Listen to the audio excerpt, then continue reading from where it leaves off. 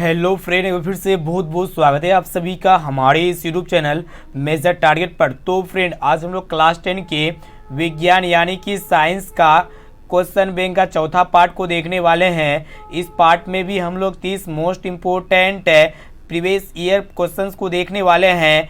इसमें आपको जो है लाइव प्रूफ के साथ बताएंगे कि कौन क्वेश्चन कितना इम्पोर्टेंट है और कितना बार पूछा गया है। इसलिए वीडियो आपके लिए काफ़ी इम्पोर्टेंट है। इस वीडियो को अगर आप शुरू से लेकर आखिरी तक देख लेते हैं ना, तो मेरा गारंटी कि 2023 के एग्जाम में इस वीडियो से काफ़ी सारे प्रश्न 100% लड़ेगा। और दोस्तों, इस वीडियो में हम लोग 2011 से लेकर 2022 तक के सभी प्रश्न को सम्मिलित किए हैं। इसीलिए क्लास आपके लिए रामबाण साबित हो सकता है। तो फ्रेंड, फटाफट से वीडियो को लाइक कर दीजिएगा। और दोस्तों, चैनल पर नए हैं ना, तो प्लीज़ दोस्तों चैनल को सब्सक्राइब करके बेल आइकन को प्रेस करके ऑल पर जरूर सेलेक्ट कर लीजिएगा। और दोस्तों, ये सभी प्रश्न जो है ना आपका एनसीईआरटी के न्यू पैटर्न पर आधारित है। और दोस्तों, आप कमेंट कीजिएगा एक एक क्वेश्चन का लाइव चैट में या फिर कमेंट बॉक्स में, ठीक है।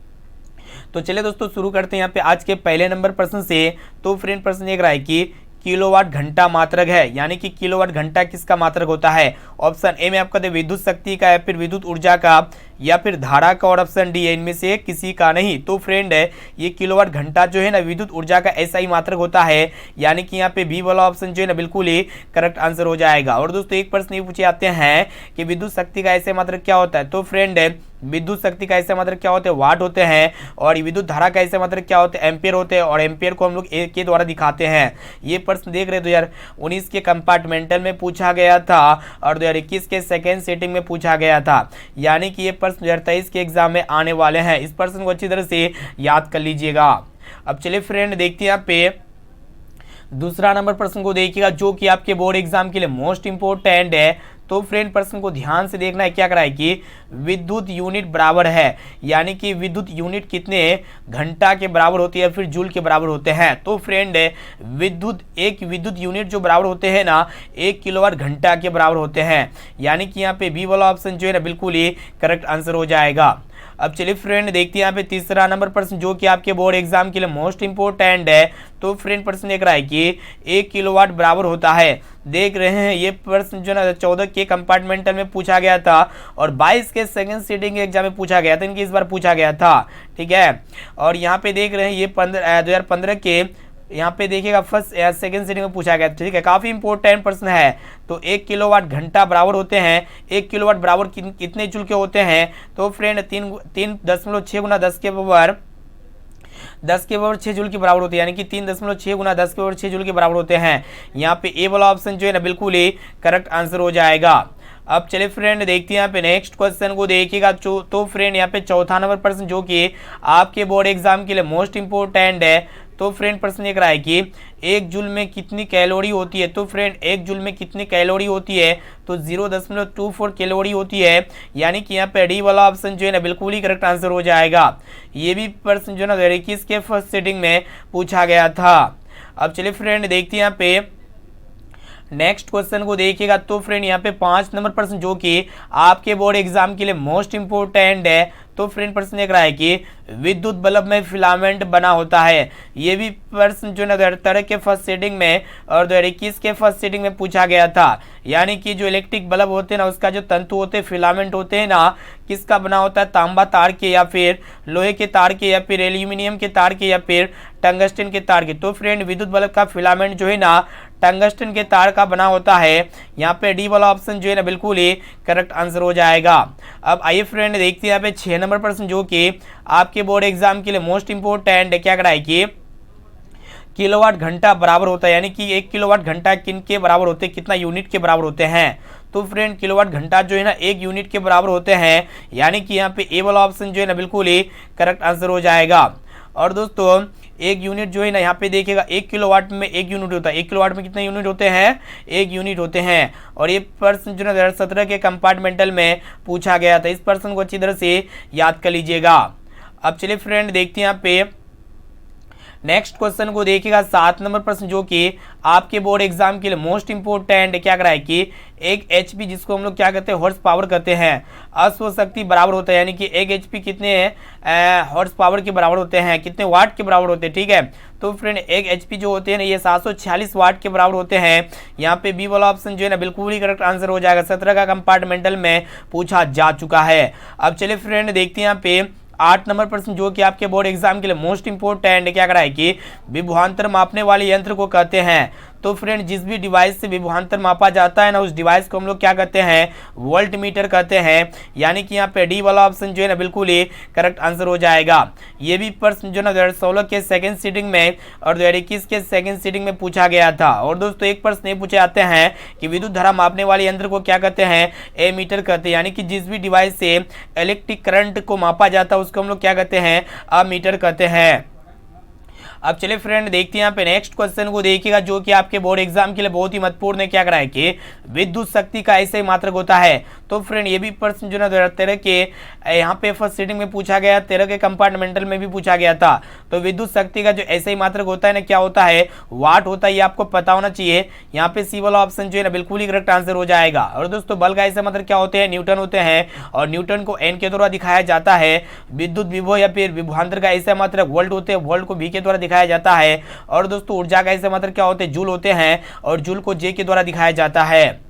अब चलिए फ्रेंड देखते हैं यहाँ पे नेक्स्ट क्वेश्चन को देखिएगा जो कि आपके बोर्ड एग्जाम के लिए बहुत ही महत्वपूर्ण है। क्या कराए कि विद्युत आवेश का एसआई मात्रक क्या होता है, काफी महत्वपूर्ण है। ये भी प्रश्न जो है 2019 के एग्जाम में पूछा गया, तो 2021 के एग्जाम में पूछा गया था।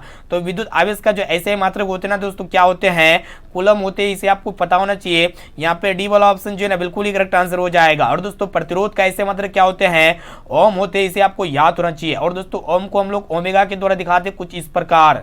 अब आइए फ्रेंड देखते हैं यहाँ पे 11 नंबर प्रश्न जो कि आपके बोर्ड एग्जाम के लिए बहुत ही महत्वपूर्ण है। क्या कराए कि मुकुलन द्वारा अलैंगिक जनन होता है, यानी कि मुकुलन द्वारा अलैंगिक जनन किस में होता है, हाइड्रा में होता है या फिर मटर में होता है या फिर शैवाल में होता है या फिर प्लाज्मोडियम में होता है। तो फ्रेंड मुकुलन द्वारा जो अलैंगिक जनन होता है ना किस में होता है वही आपको बताना है। ठीक है, तो हाइड्रा में होता है दोस्तों, इसे आपको पता होना चाहिए। यहाँ पे ए वाला ऑप्शन जो है ना बिल्कुल ही करेक्ट आंसर हो जाएगा। ये भी प्रश्न जो है 2011 के कंपार्टमेंटल 2012 के एग्जाम में पूछा गया था। अब चलिए फ्रेंड देखते हैं यहाँ पे नेक्स्ट क्वेश्चन को देखिएगा। क्या कराए कि अलैंगिक जनन मुकुलन द्वारा होता है, यानी कि अलैंगिक जनन मुकुलन द्वारा किस में होता है अमीमा में होता है, फिर ईस्ट में होता है, फिर प्लाज्मोडियम में होता है या फिर लिस्मेनिया में होता है।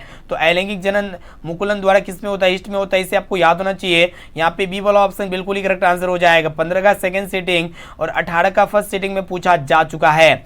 चलिए देखते हैं यहाँ पे 13 नंबर प्रश्न जो कि आपके बोर्ड एग्जाम के लिए बहुत ही महत्वपूर्ण है। क्या कराए कि निम्न में से कौन मानव में मादा जनन तंत्र का भाग नहीं है। तो यहाँ पे ऑप्शन ए में आपका अंडाशय या फिर गर्भाशय या फिर शुक्रवाहिका या फिर डिम्बवाहिनी। तो फ्रेंड आपको बता देते हैं मानव में मादा जनन तंत्र का भाग कौन नहीं है, तो शुक्रवाहिका नहीं है, यानी कि यहाँ पे सी वाला ऑप्शन जो है ना बिल्कुल ही करेक्ट आंसर हो जाएगा। अब चलिए फ्रेंड देखते हैं यहाँ पे 14 नंबर प्रश्न जो कि आपके बोर्ड एग्जाम के लिए बहुत ही महत्वपूर्ण है। क्या कराएगी यहाँ पे आपको बताना है कि पराग कोष में होते हैं, यानी कि पराग कोष में क्या होते हैं बाह्यदल होते हैं या फिर अंडाशय होते हैं या फिर ब्रायोफिलम होते हैं या फिर परागकण होते हैं। तो फ्रेंड पराग कोष में परागकण होते हैं, इसे आपको याद होना चाहिए। यानी कि यहाँ पे डी वाला ऑप्शन जो है ना बिल्कुल ही करेक्ट आंसर हो जाएगा। ये भी प्रश्न जो है 2012 के फर्स्ट सीटिंग में पूछा गया था, 15 में और 16 का सेकंड सीटिंग में पूछा गया था। इस प्रश्न को अच्छी तरह से याद कर लीजिएगा, इस बार पूछे जा सकते हैं। अब चलिए फ्रेंड देखते हैं यहाँ पे 15 नंबर प्रश्न को देखिएगा जो कि आपके बोर्ड एग्जाम के लिए मोस्ट इंपोर्टेंट है। तो फ्रेंड प्रश्न देख रहा है कि पौधों और पशुओं की कोशिकाओं का वैज्ञानिक अध्ययन क्या कहलाता है।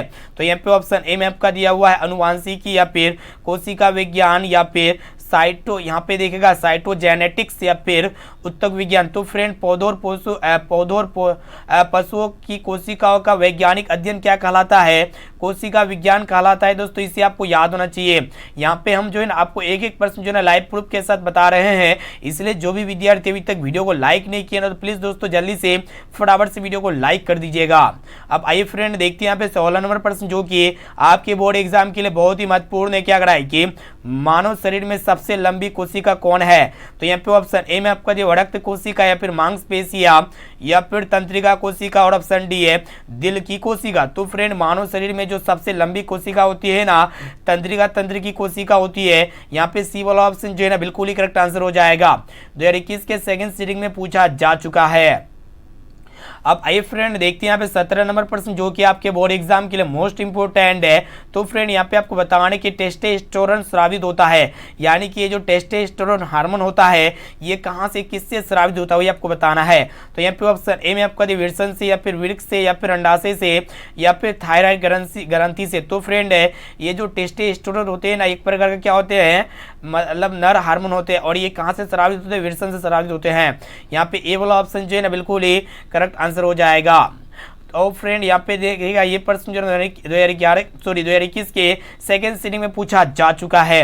अब आइए फ्रेंड देखते हैं यहाँ पे 18 नंबर प्रश्न को देखिएगा जो कि आपके बोर्ड एग्जाम के लिए बहुत ही महत्वपूर्ण है। क्या कराए कि रुधिर चाप नियंत्रित होता है, यानी कि रुधिर चाप नियंत्रित होता है किसके द्वारा? यहाँ पे देखिएगा ऑप्शन ए में आपका जो थाइमस द्वारा या फिर थायराइड द्वारा या फिर एड्रिनल द्वारा या फिर विल्सन के द्वारा। तो फ्रेंड ये जो रुधिर चाप नियंत्रित यानी कि कंट्रोल होते हैं ना किसके द्वारा होते हैं? एड्रिनल के द्वारा कंट्रोल होते हैं यानी कि नियंत्रित होते हैं। यहाँ पे सी वाला ऑप्शन जो है ना बिल्कुल ही करेक्ट आंसर हो जाएगा। अब आइए फ्रेंड देखते हैं यहाँ पे 19 नंबर प्रश्न को देखिएगा जो कि आपके बोर्ड एग्जाम के लिए मोस्ट इंपोर्टेंट है। तो फ्रेंड प्रश्न ये कराए कि मानव मस्तिष्क का औसत भार है, यानी कि मानव जो ब्रेन होते हैं उनका एवरेज वेट बताना कितना होते हैं। ठीक है, तो देखिएगा 1 kg होती है या फिर 2 kg होती है या फिर 1.4 kg होती है या फिर इनमें से कोई नहीं। तो फ्रेंड है मानव मस्तिष्क का जो औसत भार होते हैं ना कितने होते हैं? 1.4 kg होते हैं। यहाँ पे सी वाला ऑप्शन जो है ना बिल्कुल ही करेक्ट आंसर हो जाएगा। ये भी प्रश्न जो 2021 के सेकंड सीटिंग में पूछा जा चुका है, काफी महत्वपूर्ण प्रश्न है।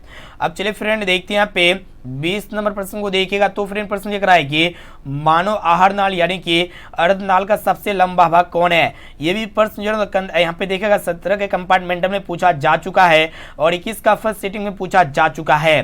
तो फ्रेंड मानव आहार नाल का जो सबसे लंबा भाग है ना कौन है? ग्रस नली है या फिर अमाशय है या फिर छोटी आंत है या फिर ग्रास नली है। तो फ्रेंड मानव आहार नाल की जो सबसे लंबा भाग है ना कौन है वही आपको बताना है। ठीक है, तो यहाँ पे देखिएगा दोस्तों छोटी आंत है। यहाँ पे सी वाला ऑप्शन जो है ना बिल्कुल ही करेक्ट आंसर हो जाएगा। अब चलिए फ्रेंड देखते हैं यहाँ पे 21 नंबर प्रश्न जो कि आपके बोर्ड एग्जाम के लिए बहुत ही महत्वपूर्ण है। तो फ्रेंड प्रश्न एक रहा है कि कमरे के ताप पर द्रव अवस्था में रहने वाली धातु है। तो फ्रेंड यहाँ पे ऑप्शन ए में आपको दे पारा या फिर कैल्शियम या फिर लिथियम और ऑप्शन डी है सोडियम। तो फ्रेंड कमरे के ताप में द्रव अवस्था में जो पाए जाने वाला जो धातु है जो मेटल है ना पारा, इसे आपको याद होना चाहिए। और दोस्तों एग्जाम में ये भी प्रश्न पूछे जा सकते हैं कि कमरे के ताप पर द्रव अवस्था में पाए जाने वाला अधातु कौन है? तो ब्रोमीन है, इसे आपको याद होना चाहिए। ये भी प्रश्न जो ना 2021 के यहाँ पे सेकेंड सीटिंग में पूछा गया था फाइनल एग्जाम में। अब आइए फ्रेंड देखते हैं यहाँ पे 22 नंबर प्रश्न को देखिएगा। क्या कराए कि सिल्वर क्लोराइड का रंग होता है, यानी कि सिल्वर क्लोराइड का रंग कैसा होता है? काला रंग का होता है या फिर पीला रंग का होता है या फिर हरा रंग का होता है या फिर सफेद रंग का होता है? तो फ्रेंड ये सिल्वर क्लोराइड का जो रंग होता है ना सफेद कलर का होता है, इसे आपको याद होना चाहिए। यहाँ पे डी वाला ऑप्शन जो है ना बिल्कुल ही करेक्ट आंसर हो जाएगा। और दोस्तों एक प्रश्न ये पूछे जाते एग्जाम में 2022 में पूछा गया था। प्रश्न क्या था आपके एग्जाम में 2022 में? ये सही प्रश्न था कि सिल्वर आयोडाइड का कलर कैसा होता है? तो सिल्वर आयोडाइड का जो रंग होता है ना दोस्तों पीला रंग का होता है। कैसा रंग का होता है?